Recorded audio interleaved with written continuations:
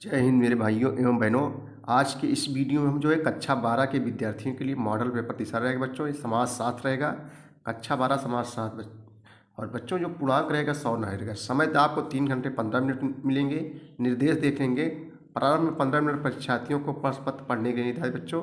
सभी प्रश्न अनिवार्य है। पहले वो विकल्पी हल करेंगे हम लोग, उसके बाद अतलक उत्तरी, उसके बाद लघु उत्तरी, उसके बाद में विस्तृत उत्तरी क्वेश्चन हल करेंगे। तो आइए बच्चों देखते हैं। सबसे पहले हम लोग बहुविकल्पी क्वेश्चनों के बारे में बात करेंगे। बहुविकल्पी में पहला क्वेश्चन है, धर्म एक अफीम के समान है। यह किसने कहा था बच्चों? धर्म धर्म एक अफीम के समान है। 4 ऑप्शन आपके सामने है। तो बच्चों इसका सही जवाब हो जाएगा कार्ल मार्क्स हो जाएगा। धर्म एक अफीम के समान है, यह किसने कहा था? कार्ल मार्क्स ने कहा था। अगला है, भारत में शत्रु राष्ट्र को किसने जन्म दिया? भारत में शत्रु राष्ट्रवाद को किसने जन्म दिया? समाजवाद ने, उपनिवेशवाद ने, पूंजीवादी ने? बच्चों इसका सही जवाब हो जाएगा बी हो जाएगा, उपनिवेशवाद ने। अगला क्वेश्चन है, एक्से ऑन पॉपुलेशन नामक निबंध किसने लिखा है? अथवा जो है an essay on the principle of population पुस्तक के लेखक कौन है? 4 ऑप्शन सामने है बच्चों। इसका सही जवाब हो जाएगा माल्थस। सही जवाब क्या हो जाएगा? माल्थस हो जाएगा। समाजशास्त्र की स्वाभाविक मुद्रा कैसी होती है? विश्लेषणात्मक, तुलनात्मक, गुणात्मक, एकात्मक? तो बच्चों चौथा का सही हो जाएगा सी हो जाएगा, तुलनात्मक हो जाएगा। नेक्स्ट क्वेश्चन देखेंगे हम लोग, जात की उत्पत्ति किस काल में हुई? वैदिक काल में, मौर्य काल में, गुप्त काल में, उत्तर वैदिक काल में? तो 5वां बताना है आपको।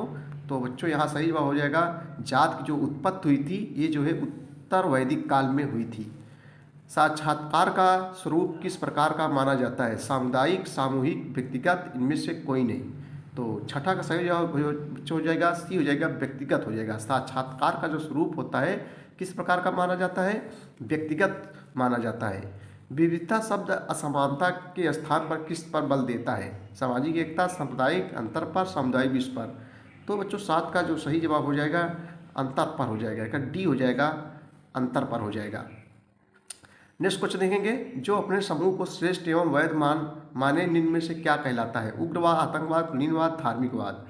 8वां का सही जवाब बच्चों हो जाएगा उग्रवाद हो जाएगा, बी हो जाएगा। जो अपने समूह को श्रेष्ठ एवं वैध माने निम्न में से क्या कहलाता है? उग्रवाद कहलाता है। आगे देखेंगे हम लोग।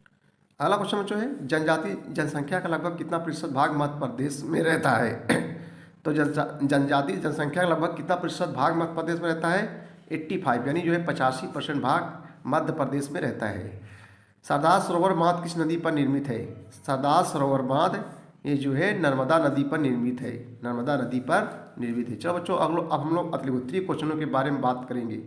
अतलगुत्तरी क्वेश्चन जो 3 नंबर को आपको मिलेंगे। वर्तमान को समझाने के लिए अतीत का होना आवश्यक है, परिभाषित करें। वर्तमान को समझने के लिए जो है अति यानी बच्चों वर्तमान को समझने के लिए अतीत का होना आवश्यक है, परिभाषित करें। इसका हम लोग उत्तर देखेंगे। देखो, वर्तमान को समझने के लिए यह आवश्यक है कि उसके अतीत के कुछ पक्षों को भी जानकारी हो। अतीत का यह ज्ञान किसी भी व्यक्ति या समूह या फिर भारत जैसे पूरे देश को जानने हेतु आवश्यक है। भारत का इतिहास काफ़ी समृद्ध एवं विस्तृत है। भारत के अतीत की जानकारी प्राचीन एवं मध्यकालीन भारत को जानने से मिलती है, जबकि आधुनिक भारत को जानने के लिए औपनिवेशिक काल को जानना आवश्यक होता है। औपनिवेशिक मीन्स होता है बच्चों जब हमारे देश पर अंग्रेजों का जो है शासन था, उस समय औपनिवेशिक काल माना जाता था भारत। आगे देखेंगे, वर्ण का शाब्दिक अर्थ क्या है? अगला क्वेश्चन है 3 नंबर का अतलगुत्तरी में कि वर्ण का शाब्दिक अर्थ क्या होता है? तो आइए बच्चों इसका उत्तर देखने के हम लोग। देखो, वर्ण का जो शाब्दिक अर्थ होता है अर्थ, वर्ण का शाब्दिक अर्थ होता है रंग है बच्चों, जिसमें समाज की जो है ब्राह्मण, क्षत्रिय, वैश्य और शूद्र 4 श्रेणियां हैं। इन चारों श्रेणियों के विभाजन को जो है वर्ण कहा जाता है। यानी बच्चों समाज को कितने भागों में बांट दिया गया है? ब्राह्मण, क्षत्रिय, वैश्य और शूद्र, 4 श्रेणी है ना। इन चारों श्रेणियों को ही जो है वर्ण कहा जाता है। अगला क्वेश्चन है कि अनुसूचित जातियों की 2 प्रमुख समस्याएं बताइए। अनुसूचित जातियां, इसे बच्चों हम लोग भारतीय संविधान ने जो है एससी नाम दिया गया है। इसे एससी यानी शेड्यूल कास्ट, अनुसूचित जातियों को एससी कहा गया है भारतीय संविधान में। यहाँ कह रहा है कि अनुसूचित जातियों की 2 प्रमुख समस्याएं बताइए। तो आइए इसका उत्तर देखेंगे बच्चों। अनुसूचित जातियों की 2 प्रमुख समस्याएं निम्नलिखित हैं। नंबर 1 देखेंगे हम लोग, अस्पृश्यता। अस्पृश्यता में होता है छुआछूत। अस्पृश्यता की भावना के कारण अनुसूचित जाति कि समाज में काफ़ी निम्नहीन स्थिति रही है। आज भी समाज में इनके साथ सम्मानपूर्ण व्यवहार में कमी देखी जाती है। अगला देखेंगे, अनुसूचित जात की आर्थिक समस्या भी बच्चों, क्योंकि पहले इन्हें जो है इच्छानुसार व्यवसाय चुनने की आज़ादी नहीं थी, भूमि पर अधिकार नहीं था आदि। अगला क्वेश्चन है कि विभिन्न आयु वर्गों के संबंधों में शोध कार्य कैसे किया जाता है। अगला क्वेश्चन है कि विभिन्न आयु वर्गों के संबंध में शोध कार्य कैसे किया जाता है। इसका उत्तर देखेंगे हम लोग। देखो, विभिन्न आयु वर्गों के संबंध में शोध कार्य करने हेतु विद्यालयों के बच्चों, स्त्री पुरुष, विभिन्न पैतृक पृष्ठभूमि आदि के लोग को चुन सकते हैं। नेक्स्ट क्वेश्चन है कि सहभागी लोकतंत्र किसे कहते हैं। सहभागी लोकतंत्र किसे कहते हैं। सबका साथ हो तो ऐसे लोकतंत्र को क्या कहा जाता है। आइए उत्तर देखते हैं हम लोग। सहभागी लोकतंत्र यानी लोगों द्वारा चुनी गई सरकार को लोकतंत्र कहा जाता है। पहले राजतंत्र था बच्चों, लेकिन अब हमारे देश में क्या है, लोकतंत्र है, यानी लोगों द्वारा चुनी गई सरकार का शासन है। सहभागी लोकतंत्र एक ऐसी व्यवस्था है जिसमें महत्वपूर्ण निर्णय लेने के लिए किसी समूह या समुदाय के सभी सदस्य एक साथ जो है भाग लेते हैं, इसी को कहते हैं सहभागी लोकतंत्र कहते हैं। अगला क्वेश्चन देखेंगे बच्चों हम लोग। नेक्स्ट क्वेश्चन देखेंगे, कराची अधिवेशन में किस प्रकार के लोकतंत्र की परिकल्पना की गई। कराची अधिवेशन जो हुआ था उसमें जो है किस प्रकार के लोकतंत्र की परिकल्पना की गई। आइए इसका उत्तर देखते हैं बच्चों। इसमें संविधान का अर्थ केवल चुनाव करवाने की औपचारिकता पूर्ण करना ही नहीं, बल्कि एक यथार्थ व प्रामाणिक लोकतांत्रिक समाज की स्थापना के लिए भारतीय सामाजिक संरचना पर पुनः यथेष्ट कार्य करना भी है। अगला क्वेश्चन है कि औपनिवेशिक शासनकाल में भू राजस्व व्यवस्था कैसी थी। जब हमारे देश पर अंग्रेजों का शासन था उस समय जो है औपनिवेशिक काल शासन था। औपनिवेशिक शासनकाल में भू राजस्व व्यवस्था कैसी थी, तो आइए इसका उत्तर देखेंगे। औपनिवेशिक शासन के द्वारा भू राजस्व व्यवस्था तथा अन्य कानूनों ने उच्च जातियों के अधिकारों को वैध मान्यता प्रदान किया।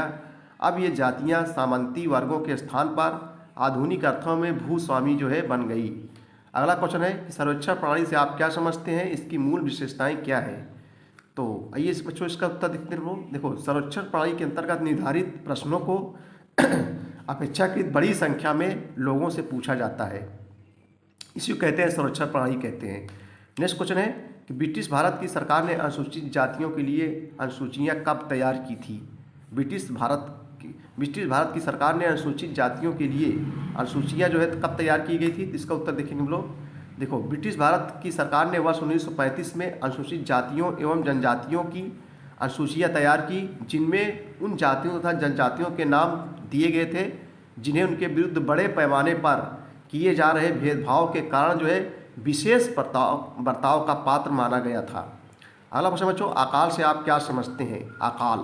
अकाल पड़ जाता है ना, जब झूरा वगैरह पड़ जाता है, भोजन नहीं मिलता है, तब वही अकाल है। अकाल से आप क्या समझते हैं, आइए इसका उत्तर देखेंगे। देखो, अकाल में खाने की वस्तुओं का अभाव हो जाता है बच्चों, खाने के लिए अन्न वगैरह कमी हो जाती है। अकाल में खाने की वस्तुओं का अभाव हो जाता है तथा खाद्य आपूर्ति के उत्पादन में भी कमी हो जाती है। अकाल दो प्रकार के होते हैं, एक प्राकृतिक अकाल, एक तथा मानव निर्मित अकाल। प्राकृतिक जो प्रकृति द्वारा और मानव जो मानव ने। अगला क्वेश्चन देखेंगे हम लोग, लघुत्तरीय प्रश्न देखेंगे बच्चों हम लोग। ग्रामीण क्षेत्रों में किसी मजदूरों की स्थिति का वर्णन कीजिए। अगला क्वेश्चन है, ग्रामीण क्षेत्रों में किसी मजदूरों की स्थिति का वर्णन कीजिए। तो इसका हम लोग उत्तर देखेंगे। आइए लघुत्तरीय क्वेश्चन हम देखें, ग्रामीण क्षेत्रों में किसी मजदूरों की स्थिति का वर्णन कीजिए। उत्तर देखेंगे बच्चों। देखो, बहुत सरल है कि ग्रामीण क्षेत्रों में किसी मजदूरों की स्थिति का वर्णन कीजिए। उत्तर लिखेंगे। देखो, किसी मजदूरों को अक्सर निम्नतम निर्धारित मूल्य से कम मूल्य दिया जाता है। इसी कारण जो है क्षेत्रों में संलग्न मजदूरों की मजदूरी बहुत कम होती है। जिस प्रकार उनकी आमदनी न्यूनतम होती है उसी प्रकार उनका रोजगार भी असुरक्षित होता है।